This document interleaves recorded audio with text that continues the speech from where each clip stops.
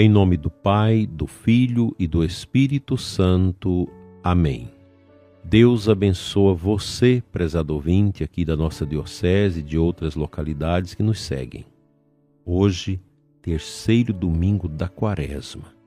Estamos progredindo no período quaresmal, nesse itinerário de retiro quaresmal.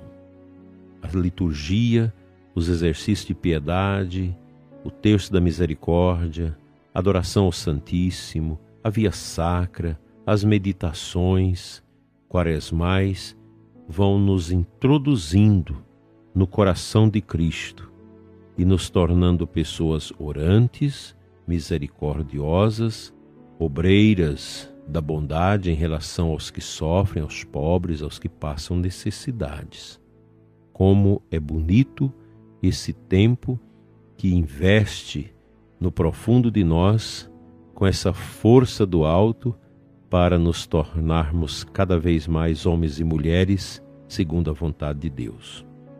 No livro A Força do Silêncio, do cardeal Sara, a partir do número 143, o seu interlocutor Nicolas faz a pergunta: o silêncio da escuta existe? Talvez haja um paradoxo ao se querer compreender o outro permanecendo em silêncio. Responde o cardeal: para ouvir é preciso calar. Não pretendo falar apenas de certa forma de contrafação do silêncio físico, que não interromperia o que os outros dizem, mas falo do silêncio interior, daquele direcionado não somente ao acolhimento da palavra do outro, mas também capaz de transbordar de amor humilde, rico de capacidade de atenção, de recepção amigável, de despojamento voluntário e persuadido da consciência da própria pobreza. O silêncio da escuta é uma atenção, um dom de si ao outro e um sinal de elegância moral. Ele deve manifestar o reconhecimento da nossa humildade, para que aceitemos receber dos outros uma dádiva que Deus nos dá, porque o outro é sempre uma riqueza e um precioso dom divino para progredirmos em humildade, humanidade e nobreza. Penso que o relacionamento humano mais defeituoso é precisamente aquele em que o silêncio atencioso está ausente.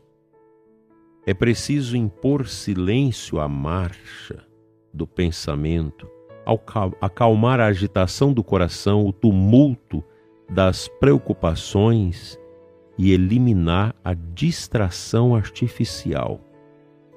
Nada nos faz entender melhor a escuta que a correlação entre silêncio e escuta, atenção e doação. Assim, São João escreve em seu prólogo: a luz brilha nas trevas e a escuridão não a recebeu. O silêncio da escuta nada mais é que uma relação silenciosa entre dois corações. Como pode o coração acolher plenamente o outro sem o silêncio? O silêncio não pode ser explicado pela inteligência, mas pela alma.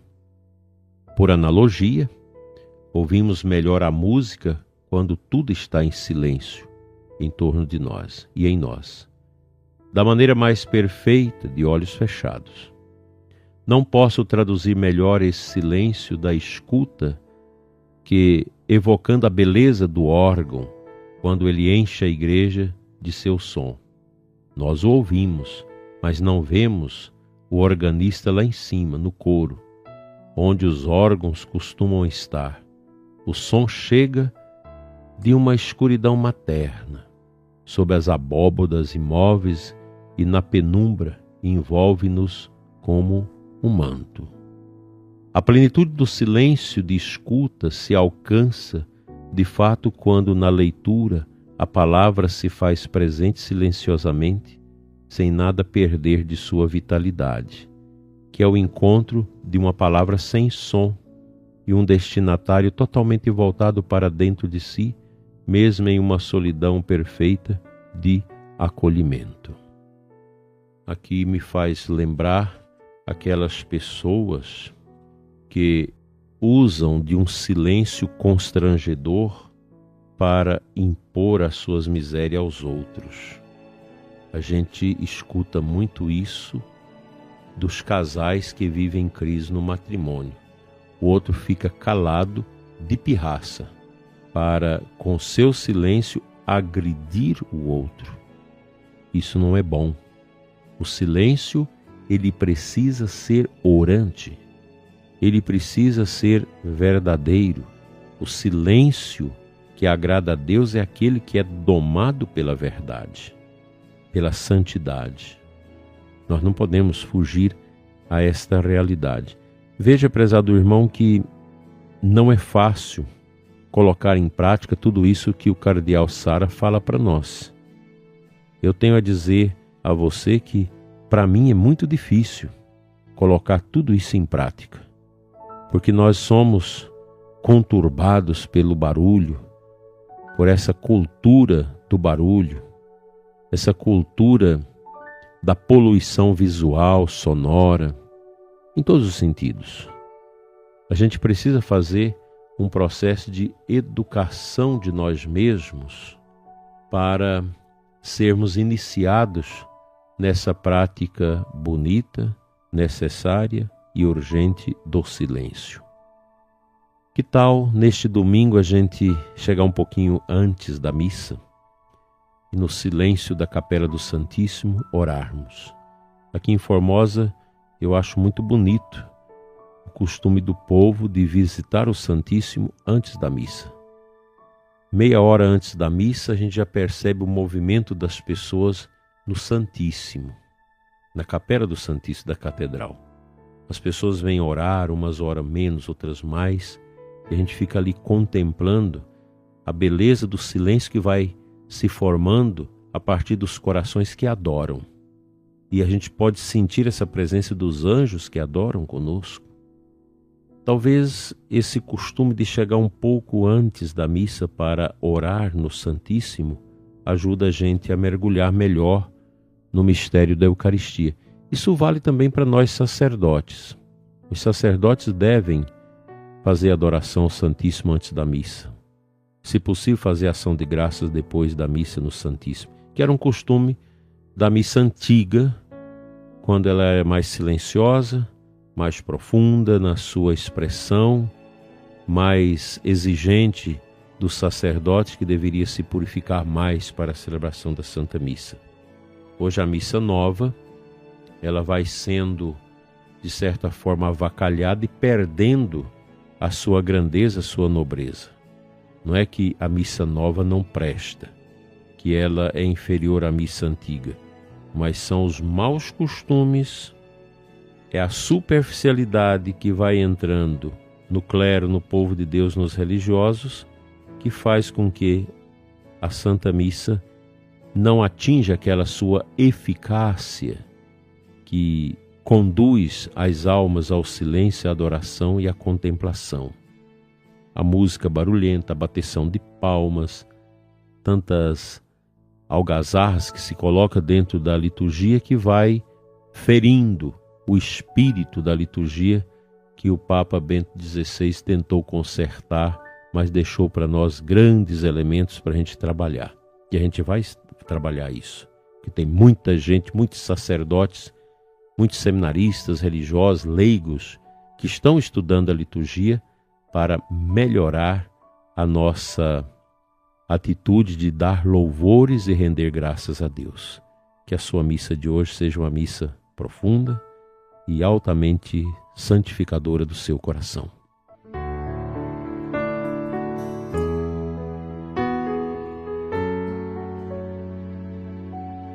Compartilho com você, prezado ouvinte, o Salmo 24:15, da antífona de entrada da missa de hoje. Tenho os olhos sempre fitos no Senhor, porque Ele livra os meus pés da armadilha. Olhai para mim, tende piedade, pois vivo sozinho e infeliz. Aqui o salmista devota o seu cuidado para estar sempre na conexão com Deus. É a atitude do piedoso judeu, do salmista, de não perder a intimidade com Deus, pois é nessa intimidade com Deus que você recebe a força para alimentar o humus do seu coração e assim florescer na alma do fiel, do crente, esse desejo de aliança, de permanente aliança com Deus. Pois, mantendo a minha aliança com Deus, o olhar dele nunca será desviado da minha inteligência, da minha compreensão. E desta feita, a gente não perde esta íntima comunhão com Deus, que se faz pela fé, pela perseverança e por sentir a presença de Deus em tudo aquilo que a gente vai realizando. O cristão deve ser assim. Desde a sua roupa que você compra, você nunca vai comprar uma roupa que não agrada a Deus. Você não vai fazer um negócio que não agrada a Deus. Você não vai tomar decisões que não agradam a Deus. Você não vai educar os seus filhos fora daqueles preceitos que agradam a Deus. É assim. Nós somos de Deus e precisamos agradar a Deus, não que Deus tenha necessidade de nós, mas quando eu faço a sua vontade, Ele trabalha em mim. A nossa oração, quando profunda, não é uma oração sozinha, mas é uma atitude, um movimento do Espírito de Deus que ora em nós, que nos, por assim dizer, nos diviniza com o mistério de Deus, que esquenta a nossa alma, o nosso coração, através da oração.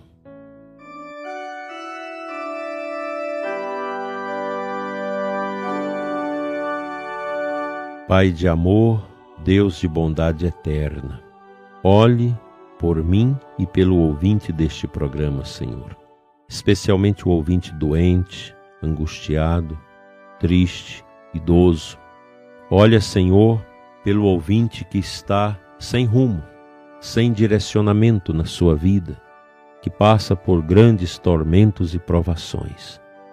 Pai, fica conosco, enche-nos com teu Espírito e nos dê a sua santa paz e a cura dos nossos tormentos. Amém. Pela intercessão da bem-aventurada Virgem Maria Imaculada Conceição, seja abençoado seu dia, seu domingo e toda a sua vida, em nome do Pai, do Filho e do Espírito Santo. Amém.